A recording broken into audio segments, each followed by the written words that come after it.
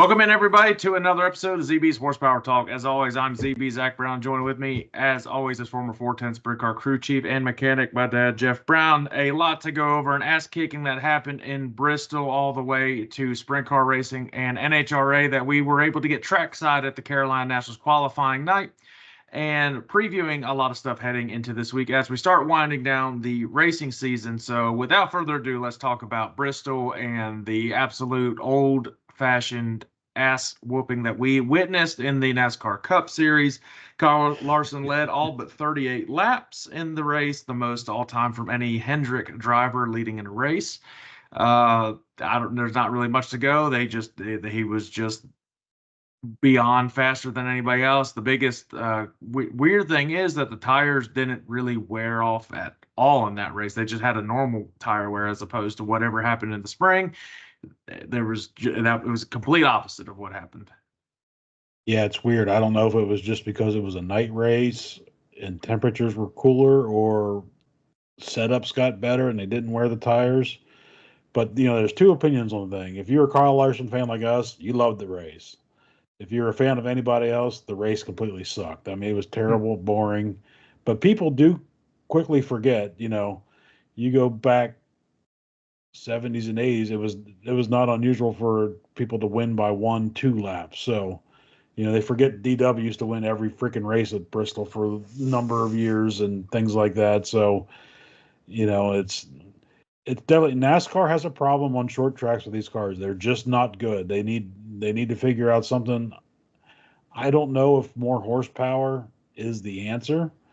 My theory is if it has more horsepower, they're probably going to drive worse, and that might have just made Kyle Larson lap up to 5th place instead of 10th place. So who knows what the tire fall off, I think, is what's key.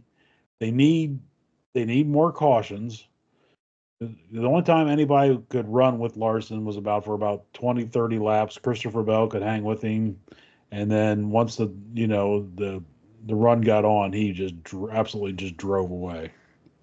Well, probably the biggest news that came out of the race was now the point standings for NASCAR and the drivers that moved on to the round of 12 and the ones that were eliminated. So Ty Gibbs, Martin Truex Jr., Brad Keselowski, and Harrison Burton. Obviously, we figured Harrison Burton was, and I actually called Truex not making it. I kind of expected him to have bad luck. I don't know what it is that he pissed off the racing gods at Bristol, but something happened. And Daniel Suarez is the one that makes it. Ran 31st to 35th the entire night. I think finished 31st, and ends up making it because, well, I guess he had enough of a cushion over the other drivers, and they just had most unfortunate nights as they possibly could. Probably my fault on Brad Keselowski, but lost on that. But not exactly shocked. I kind of expected when going into this, that's probably who would be left with out of the 4. I expected Denny to race his way in on points. He actually had a really solid night, and now his car was good. Yep, and now you're rolling in. Larson has the points lead going into the round of 12 by a significant amount of points, even having Tyler Reddick, who's the regular season points champion. He's like 3rd or something in it, but Larson's built up all those points in this round. 39. He's like 39 points above the cutoff right now, so it's almost a whole race. For him, because the round of 12 is tricky. You start off with a traditional 1.5-mile track, which we'll preview here in a minute, Kansas, and then you go to 2 wild card races. You have Talladega and you have the Roval at Charlotte. Anything can happen is what we've seen in the past at those races. So you have to build a points cushion if you can't get a win here at Kansas. Can't have bad luck at Kansas because you can't rely on Talladega, and you don't know what's going to happen at the Roval. Yeah, that's for sure. And I saw a little bit of Denny Hamlin's podcast, and he was actually talking about the quality of racing. He's like, a lot of the guys that were transferred in, they were just kind of holding their own. It's like they weren't even really trying to race. Denny's like, once I got up into a safe spot, he's like, I wasn't going to try to push it and bring out the caution, cause a caution, be the caution. Kind of playing a defensive mindset here. So that could be some of the the issue with the poor race. People were saying they weren't passing. I mean, Larson didn't seem to have a whole lot of trouble. Didn't need to. Bubba Wallace came, after the last restart, he passed a bunch of cars and got up in there and had a good run. There was just nobody that was going. Not even any Hendrick teammates were going to catch Larson. They just had that thing was handling so perfectly, and it didn't matter where it was. And it was really the bottom. I was noticing how well it was sticking to the bottom, hanging on that line, never budging, never getting loose. I mean it was a great race, a great setup that Cliff had for Larson, and he was just on a Saturday night drive. Yeah, that's for sure. Didn't even seem like he broke a sweat. Well, you got your Xfinity pick right, and I did get that, Cole Custer. Yep, I wasn't too far off with Chandler Smith, and the Truck Series, the same guy that's won back-to-back playoff races now in the Truck Series, Lane Riggs. He didn't re-dislocate his shoulder celebrating this victory, but he pretty much whipped everybody at Bristol too. The best race was probably the Xfinity race. It was overall had the best, the most passing. The most drama, if you include whatever's happening on Junior's radio. He couldn't even talk for the first 70 laps, and he's funny as hell if you listen to his in-car. He's like, well, I guess I don't need to pay my spotter now. So, and after the race, he was all excited and running, and I don't know what the hell he said when they were talking to him a couple of times. So he was pretty excited. Had a good car. His car was fast. I think he's one that make sure he's not causing any issues in the. Yeah, he doesn't want to wreck.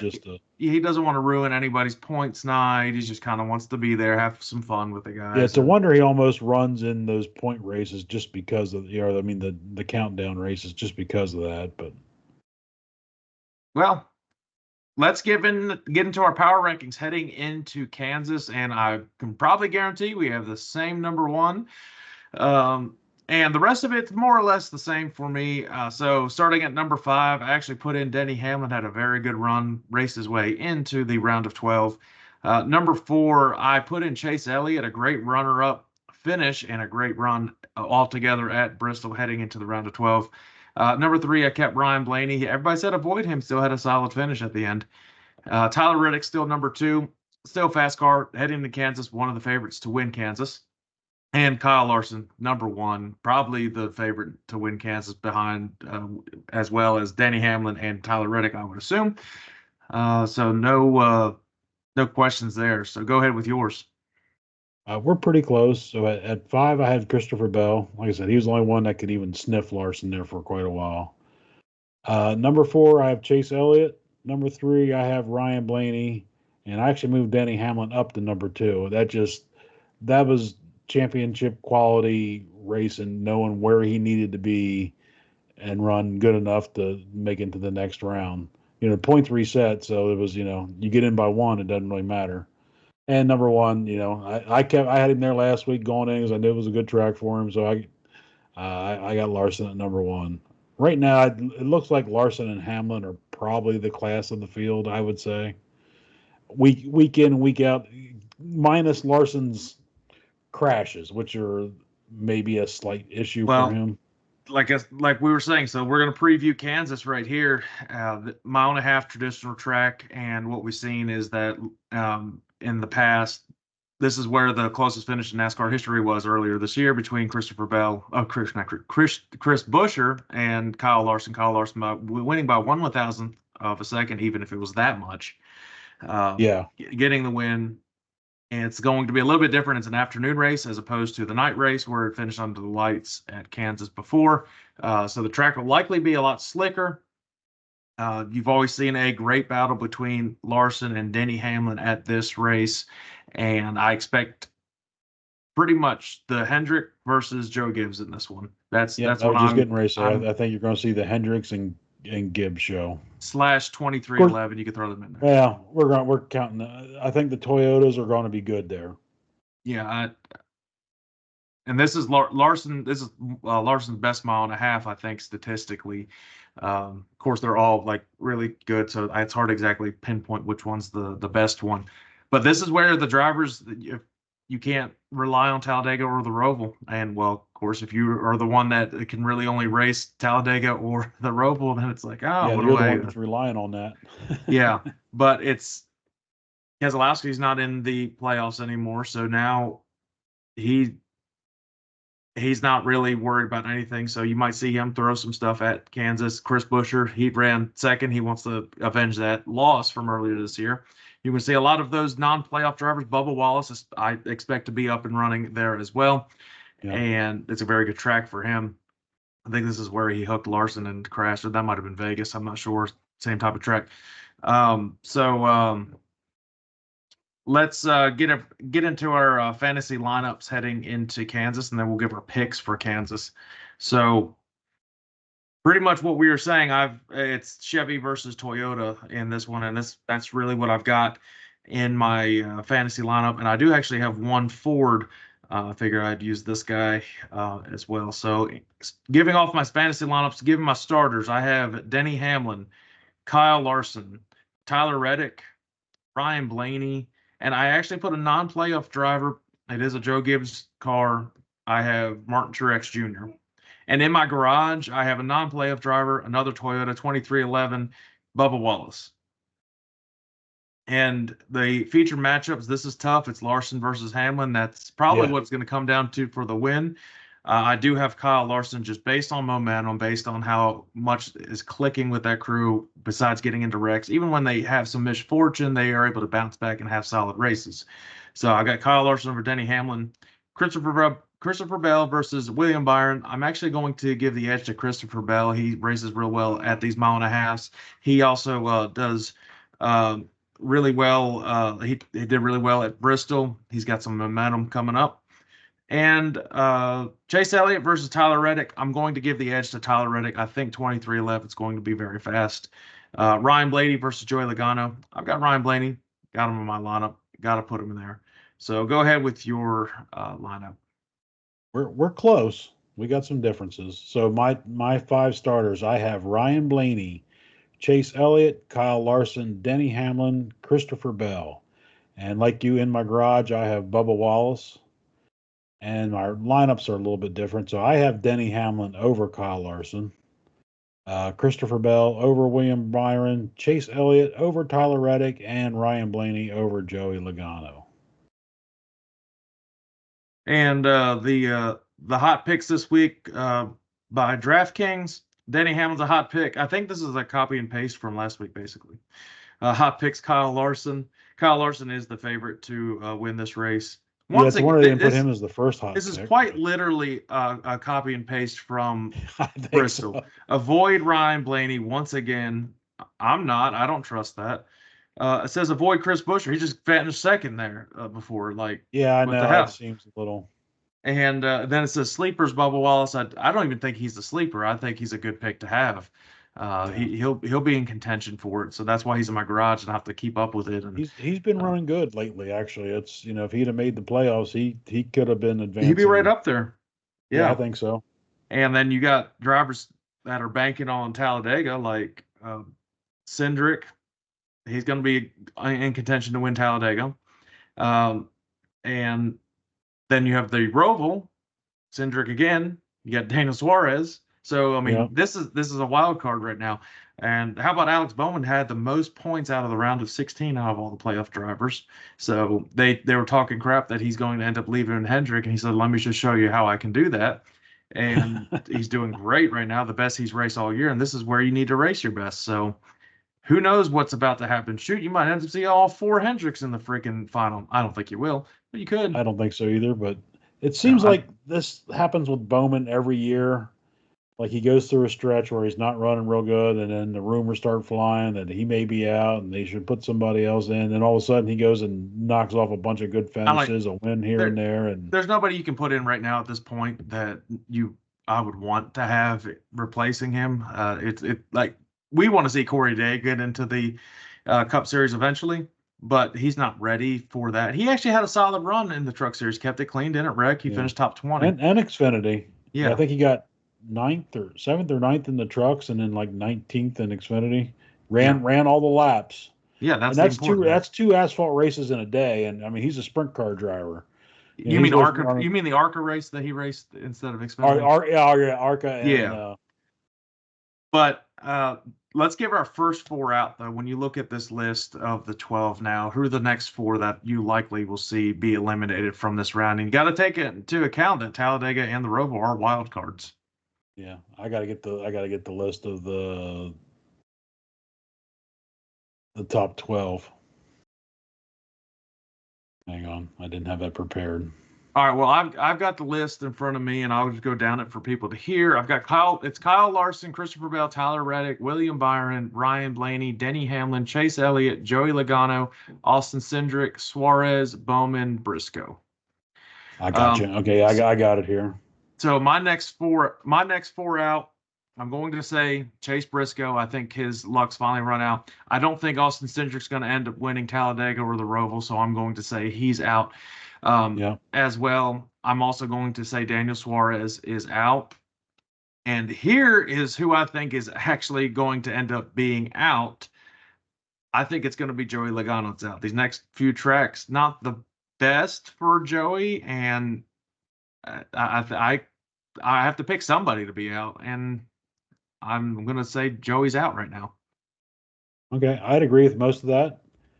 I'm going to go out just to be bold here. I'm going to say Chase Elliott doesn't make it out. I think Joey has he's a good restrictor plate racer or whatever the hell you call it now.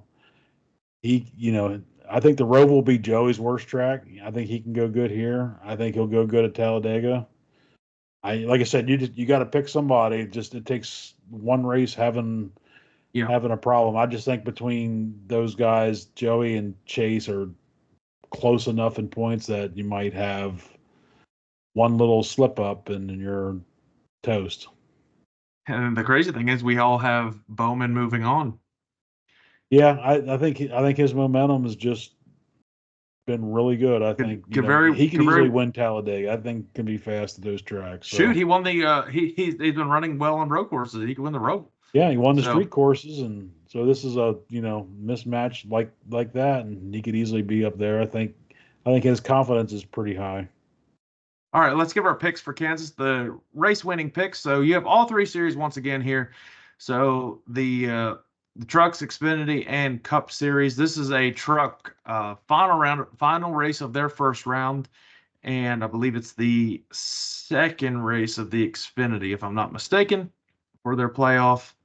Yeah, I think so.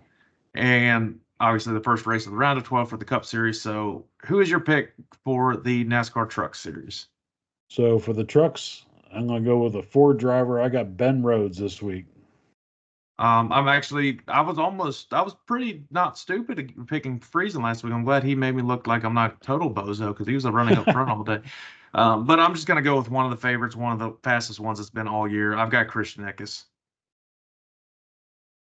The Xfinity Series, that one. Yeah, Xfinity Series. Who is your pick? So I'm going to go. I don't know if this is really a long shot on this one or not, but I got Jesse Love and Richard Childress' car. I have Jesse Love too. He's been racing real well at the mile and a half tracks, and I think the Chevys will be pretty good here at Kansas in the Xfinity Series. All right, Cup Series. Who's your pick? So I'm going to go with Bubba Wallace this week on this one. All right. I said he's been running good. It's non-playoff driver that would shake some things up. Who's Mom's pick? Mom's pick is Kyle Larson this week. She says he's going to double up. Okay. Well, as long as we don't pick him, we can't jinx him. I don't have Larson, and I'm actually going with Bubba Wallace's teammate Tyler Reddick to get the win at Kansas. All right, let's go over a quick NHRA that happened at the Carolina Nationals at zMax. We were there on Saturday with the qualifying, where you can actually check the trackside roof video that I made on top of the suites at zMax. That was a pretty cool scene for that. It was a really good crowd, and it was hot on Saturday, and the track was still hot and slick on Sunday, and there were a lot of they had to battle the cars. There was a lot of tires spinning, and it was track temps was definitely up. But the racing was great because it's like who could pedal it the best. So yeah, the Probably the most surprising one is, well, because Gage Herrera's motorcycle didn't want to shift, he ended up losing. Matt Smith wins the motorcycles, and he actually has the points lead in the Pro Stock motorcycle now. And Yeah, in the you'd like to say it's surprising, but I mean, he is a multi-time yeah, champ he's in the one of the best motorcycle, ones. so it's Yeah. And shout out to Gianna Evaristo. She was in the semifinal round, just got beat out by Matt Smith. He just had a faster motorcycle. I don't know. They have pretty much the same equipment, but I don't know exactly what's going on there. But yeah, she made the normally they're semi. tuned the She had a really same. good run. So hats off to her. The Pro Stock final was really exciting. Dallas Glenn shoots out, and he had to like steer it back into the middle because it went to the left, and he had to steer. But I'm like, oh, he lost, and then all of a sudden he freaking wins over Aaron Stanfield. So those two kind of separating themselves from the It field sure right now. It seems that seems way. like, and so that's definitely shaking up to be a good championship run in the Pro Stocks. Funny car, Austin Prock dominating, getting his 7th win of the year. It was another good drag race between he and Matt Hagan. And in the Top Fuel, Antron is having one hell of a year right now. He's fast. That thing is just bad fast. So Yeah, he's been peaking at the right time yes, for sure. and they But are. like I said, oh, go ahead. Go ahead. Go ahead. I was going to say, if anyone has never been to a drag race, go check it out. Especially if you get there on Saturday, it's qualifying, it's not elimination day, so people aren't as stressed. And and everybody wants to see the top guys. I get that, but if you go see some of the guys that you may not know, like we went through the Pro Stock motorcycle pits, and there were some guys signing the cards and autographs, and Yeah. they let our Chandler, my grandson, your son, sit on the motorcycle. We got pictures with the guys. The next day we're watching him on TV. He's like, "Hey, I saw that motorcycle." All of Yeah. a sudden he got an instant fan out of that. So that was the fan interaction for most of those guys. Like I said, go to some of the guys that maybe aren't the top guys, and they'll spend time. They'll talk to you. It's pretty awesome. Yeah. A lot of those drivers, they're not really doing a whole lot, especially on Saturdays. Just kind of waiting around to make a Yep. run and see what their cars are doing. So it was really cool. NHRA fan interactions is probably the best in all of motorsports because it's included in your ticket. And that's what NASCAR should do. It costs these drivers nothing to just say hey to these kids. It's big. It's really for the kids. I can understand some drunk bastards ruining it for everybody, because oh my god, I'm just not like this is a lot of it's really about the kids, especially when I bring Chandler to the races and you just see like his eyes, they just simply wave at him or just give him a high five or something. That goes a long way for the kids, and they end up having a fan for life. Because Yeah, of that 'cause one he small liked going interaction. collecting their cards and having them Yeah, sign it. That was pretty yeah, cool. yeah. And again, it costs these drivers nothing to just have take a picture and say hey to the kids. It costs them nothing, Yeah. and it's great for fan interaction. I loved it.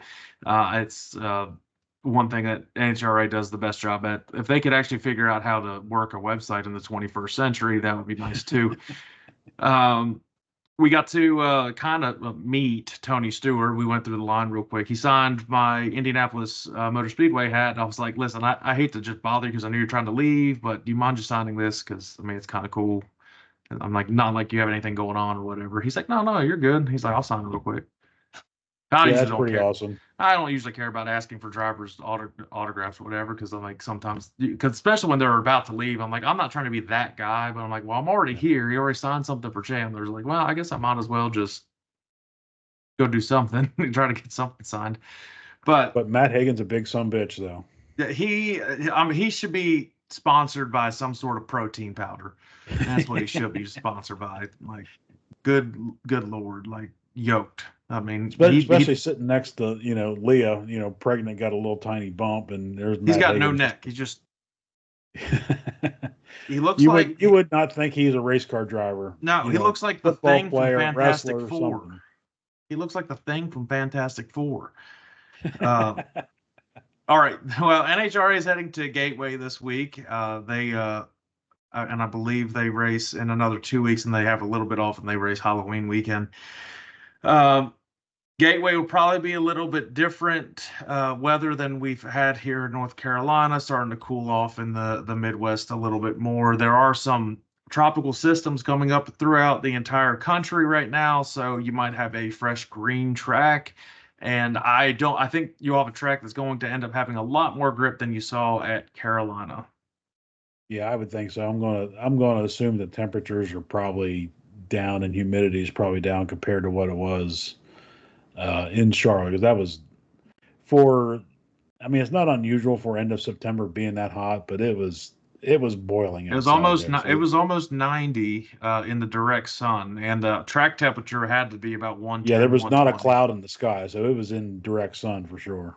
No, I mean it was nice for racing, better than raining out like we've had. But Yeah, that's for sure. I kind of expect some cloud coverage over this. I think it'll be overcast skies just based on what I've been seeing on the weather that's happening in the entire country. Could make for really good racing, really fast times, and some shakeups in the countdown in NHRA. I don't really. So, do you know exactly how it's all broken down? How they do all this? Like, is there another round that happens, or they just go all the way No, through? it's Or just they have the last 10 races, and that's okay, you just have the it's 10. 10. So that's they don't reset or anything. I do think the last race is 1.5 points, whichever the last race is this year. Yeah. Pomona maybe, Well, but don't hold me to that one. well the points leader for Top Fuel is Antron Brown by 53 points, but you can make that up pretty quickly in a Top Fuel race. Um, if I can get to the next series. Yeah, Austin Proc's got a huge lead. Shocker. Yeah, that car's just fast. I mean, it just I don't know why does not have problems. nothing's popping up here. Oh, there we go. There, like I said, somebody made this in 5th grade. Yeah, Austin Pratt, he's got a 129-point cushion, which is close to almost a whole entire race lead. Yeah, it could very I well mean, be. how impressive is that? He kind of just went in as a fill-in driver this year, and he's going to end up winning the championship. Yeah, I I mean said this at the he's beginning. a He's going to win the better frick. I said he's he's going a to win the better freaking funny car championship. driver than he was top fuel driver. Of course, like I Yeah. said, he's probably got the best mechanic there, his dad.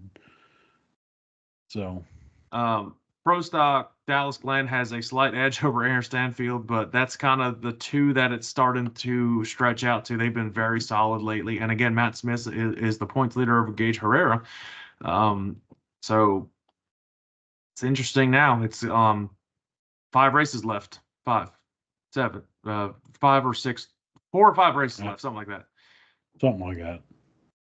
Numbers are like kicking my ass. Oh, it's raining outside. All right. Well, let's give our picks for NHRA at Gateway. All 4 series. So motorcycle. Who is your pick? This is the person I'm So not picking. I'm gonna go against the status quo, and I'm gonna go with Matt Smith, point leader on motorcycles. Well, I'm going against it as well. I'm going with the teammate of Gage Herrera, Richard Gadsden. Okay. He made it I to the think I finals. don't He think was fast I don't all. think he's ever had a win. So first win, that'd be cool to see. He's just been fast. He's been Yeah. solid. Pro Stock. Who is your pick? So gonna stay with one of the hot hands. So I'm gonna go with AA Ron Stanfield. I'm going with what he was in the semifinal, had a good run. I expect him to have some decent runs coming up. He's 4th in the points, needs to make some good runs. I got Greg Anderson. Okay. We saw him past us. Yep. You would Cameron never said think. that's Larson's friend. Yep. Funny car. Who's your pick? Austin Proc. Hard to go against him, but I am going against him. I'm going who he just beat, Matt Hagan. Okay. And Top Fuel. So this one, I'm going to go on a little bit of a limb here on this one. This guy can be hot or cold. So I got Clay Milliken this week. Well, she was the top qualifier at Charlotte. Had some misfortune, I think in the semifinals, but I've got Brittany Force for this one. All right, well that does for NHRA. Let's head into dirt racing, and then we wrap up this week's episode. So go over the oh shit, I lost my train of thought. Eldora. Yeah, there we go. Eldora was a slick ass track last week. Yeah, it's the 4 Crowns. So they had a lot of race cars on there. You have the midgets, the non-wing sprints, USAC Silver Crown, and the wing sprints. But just because it was slick did not necessarily mean it was bad racing. That No, it makes was the good. You tracks you just have much wider to, like you could, if you were good, you could get around the bottom. well It's way shorter. It's a 3/8 mile on the bottom and a half mile around the top. So Justin Peck came out of nowhere, ended up winning night one at Eldora, and finishing second was Rico. So speaking of midget, sorry Rico, but anyways, he actually ended up winning Saturday night at Eldora. He's been on a hot streak right now. Such a hot streak that he actually has overtaken the runner-up position in the point standings over Tyler Courtney behind Brad Sweet. Brad Sweet's got a 270 point cushion or whatever, so he's got it in the bag. But Rico's making a strong end of the season finish here, and a lot of big races coming up between Outlaws and High Limits. So a lot of money to be made over the next couple weeks. yeah, he's been the last month. He's been pretty well hitting bank here lately. He won the big races and won Port, won California, won Eldora. That's a heck of a month. Well, they are racing at Florence Speedway this Saturday, and then they go to Atomic on Tuesday for their midweek money series.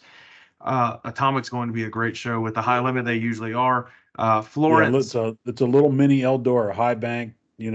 Quarter. I think it's a quarter mile. It's a big quarter mile. yeah, Atomic's going to be an exciting race, but let's preview Florence. I don't think like Outlaws or All Stars have ever been there. Not that I found. I found there's like basics 410 sprint Yeah, car they just had local the drivers. fast 410s or whatever. It looks kind of shaped similar-ish to a Port Royal type track is what I've seen. Yeah, my notes would say looks to me more like Lincoln. I'm going to say Okay. it's a three. I want to say it's a 3/8 mile. It's not as big as Port Royal for sure. Yeah, It and looks like just watching those guys run. It's normally a late model track, so it's really hard to say. The race these that I saw was pretty slick, small cushion.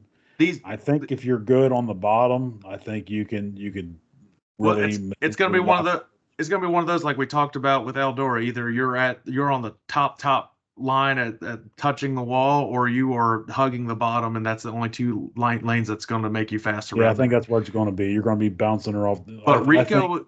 Rico was able to run it on the bottom when he needed to at Eldora, so Yep. that probably another key to winning this weekend. So let's give our pick for Florence on Saturday night. So I'm going to go with the Aussie, James McFadden, Okay, the drinking from the shoe. Toyotas are definitely that, especially Kofoid is. Yeah, I don't pick him very often, so I was like, you know what? I have not picked him, so sorry, man. If you have trouble, it's my fault. Wait, is Rico running a Toyota now?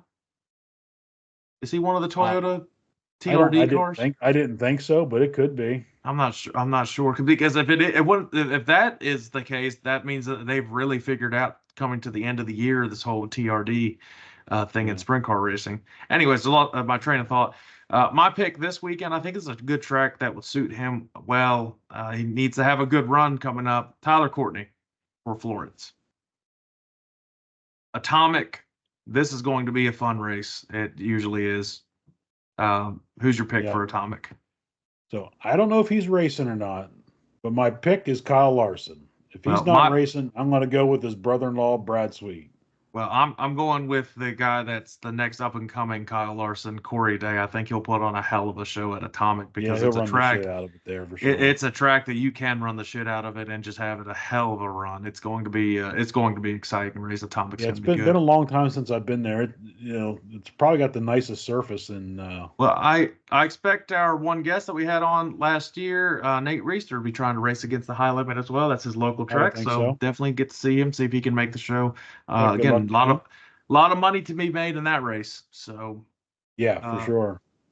Outlaws this weekend. They are in Ohio before they head to the National Open at Williams Grove. So Wayne County Speedway and Sharon. And speaking of Sharon, Dave Blaney just won last week for the Lou Blaney Memorial, and he announced his retirement from racing. Yeah, it's actually surprising. Not surprising he won. It's surprising he announced his retirement. Especially being we got an Outlaw show coming this week. I think he'd be a good one to run. Although That means Dale's probably going to run this one. Could very well be. And but those two get around that track. Wouldn't be a shocker to see Blaney win this race. I didn't pick him, but wouldn't surprise me. I wish they would just put Ryan in a 410 and just see what he can do. Wayne County, that's the track that I feel like we've gone over before, but I'm not really very familiar with. Yeah, that's one we used to just call it Orville. So it's in Orville, Ohio. It's a normal Ohio track, dry, slick, dusty, poor lighting, etc. But good racing, probably. Oh yeah, it could be, if you can see it, it could be very good racing. Now I shit on the Ohio tracks the last time, and I forget which series was running there, and the track was it was Attica. It was beautiful. So they have really improved Attica. I will say that they have significantly improved Attica. But all right, well, let's give our pick for Wayne County. Who do you got for the World of Outlaws heading there? So this one's going to make Mom mad, but Ohio guy, got to go with Sheldon Haudenschild for one of these. So I'm going to pick him for Friday night at the Buckeye Brawl. Well, I've got the points leader, David Gravel. He's been racing. He's been coming. We were saying about it. He's been kind of falling off, whatever his falling off is, and then he wins last. Falling off. He's been running week, third and fourth. Yeah, so expect him. He's going to be in contention regardless. But that's my pick for Wayne County. Who's your pick for Sharon? So I got your philosophy there. I got Gravel for Sharon. Well, Mom's really going to be mad this weekend. For Sharon, I've got Sheldon Haudenschild. So we're doubling up on Sheldon this weekend for both races. So there is a 95% chance he ends up wrecking both of them. Sorry, Sheldon. Well, that wraps it up for this week. Let us know what you guys think. Who do you think your next four is going to be out of the NASCAR playoffs? That's for the Cup Series. You can put who you think is going to be out in Truck Series and Xfinity, but I'm really focusing on the Cup Series. That's where the big money is and everybody's really paying attention to. A lot of interesting races in the round of 12.